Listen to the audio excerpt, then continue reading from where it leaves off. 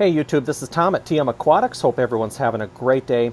For quite some time now, I have been struggling with cyanobacteria in this Lamprologus ocellatus gold shell dweller tank. This is a 40-gallon breeder, and no matter what I do, the cyanobacteria just keeps coming back, and it's really starting to become a nuisance and an eyesore, and I really want to take care of this once and for all. So we're going to try a new approach. Whether or not this works, I guess we're going to find out together, but we're going to give it a shot anyways.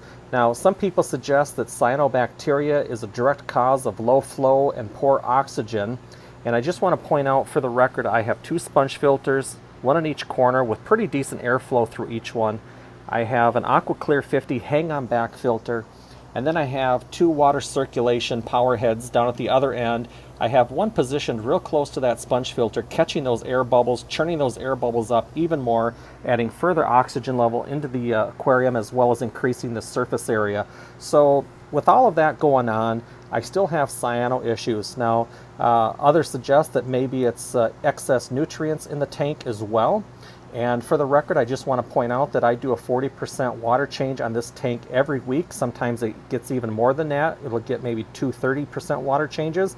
And I service the hang-on back filter weekly. So with all that going on, the cyanobacteria is still an issue. So again, we're going to try a new approach. So what we're going to try is this right here. I picked up some erythromycin. Now, I'm not going to dose it per the instructions on the back of the package. And they'll say that you need to add 1 pack per 10 gallons of water and repeat the dose after 24 hours, wait another 24 hours, then change 25% of the aquarium water, rinse and repeat for a total of 4 doses. Then make a final 25% water change, add fresh carbon, and replace filter cartridge. What I'm going to do is I'm going to try removing as much of the cyanobacteria as I can by siphoning out all of that cyano that I can get.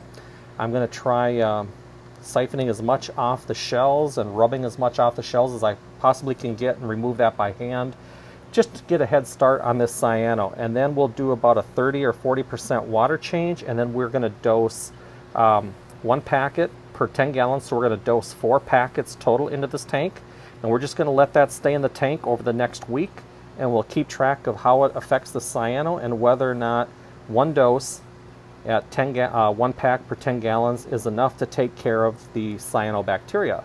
So I'll keep a video catalog of that over the next few days, and then we'll check back in exactly 7 days, and we'll see where we are compared to where we started, and whether or not the API erythromycin was able to effectively take care of the cyano in this tank. So let's get started. Let's go ahead and start siphoning the bacteria or the cyano out of this tank and get going.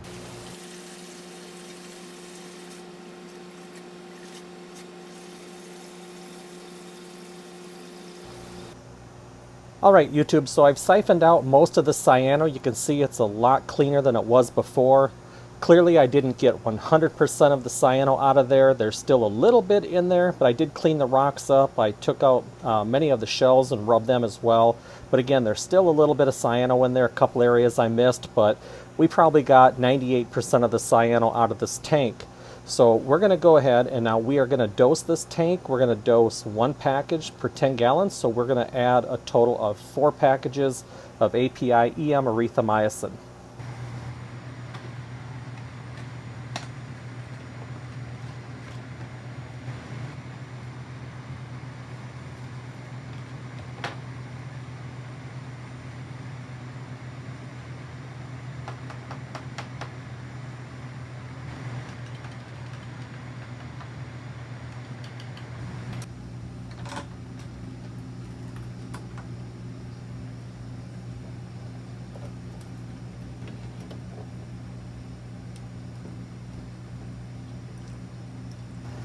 Alright YouTube, well there you go. We have 4 packages of erythromycin added to this 40 breeder. So now it's just a waiting game. Let's just keep checking back over the course of the next week and see how things are progressing and what it's doing to the cyanobacteria, if anything. Alright, checking in on day 1. It's been 24 hours since I've added the erythromycin. Really don't notice any change yet to the cyanobacteria that's remaining in the tank. But again, it's only been 1 day. Really didn't expect to see a change this soon. So we'll leave it at that and check back tomorrow. Alright YouTube, well I decided to just catalog every other day, so it is now day 3 of this erythromycin versus cyanobacteria treatment. I still don't see any noticeable change to the color or consistency of the remaining cyano in the tank. So we'll go ahead and check back on day 5. Looks like a couple of fry down in that shell. Yep. But we'll check back in day 5 and hopefully we start seeing some changes to the remaining cyano. So hang tight.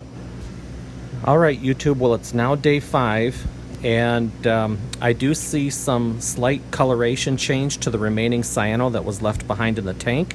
And I also don't see any new areas of cyano popping up. So maybe there's hope.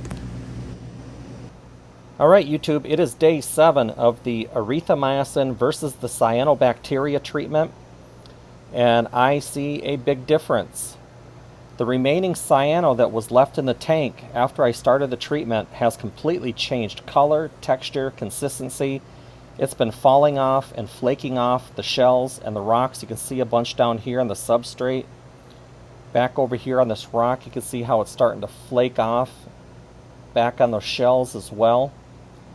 Now I don't see any cyano growing back. Normally the first place that I would see it is in the substrate, and the substrate still looks really clean. So I think overall this was a fairly effective treatment. We still need to do some further diagnosis and figure out what the root cause of this was.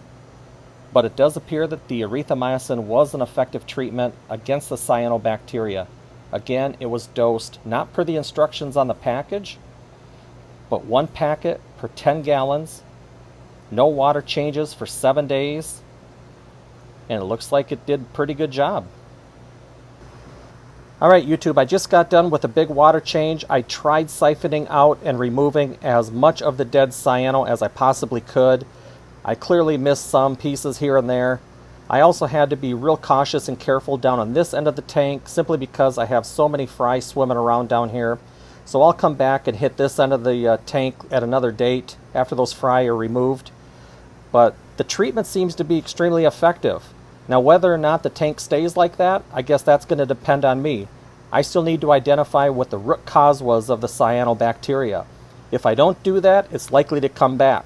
If I can figure it out, this looks to be like a completely effective treatment.